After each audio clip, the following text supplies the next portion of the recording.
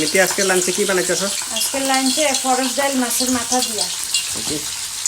এখানে মাছের মাথা ডাল কই? ডাল এখানে বয়েল করে রাখো। বয়েল করে নিচ্ছি। মাছের মাথাগুলো ফ্রাই হয়ে গেছে, তো এখন আমি নামাইলাম।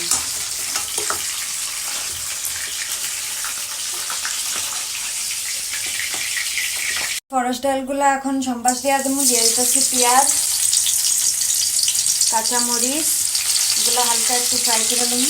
পেঁয়াজের মরিচগুলো ফ্রাই হয়ে গেছে, এখন আমি ডালগুলো ঢেলা দেবো। তার সাথে দিয়া দেবো মশলা, হলদি, জিরা পাউডার, চিলি পাউডার আর একটু লবণ দিয়া ভালো করে মিক্স করে দেবো।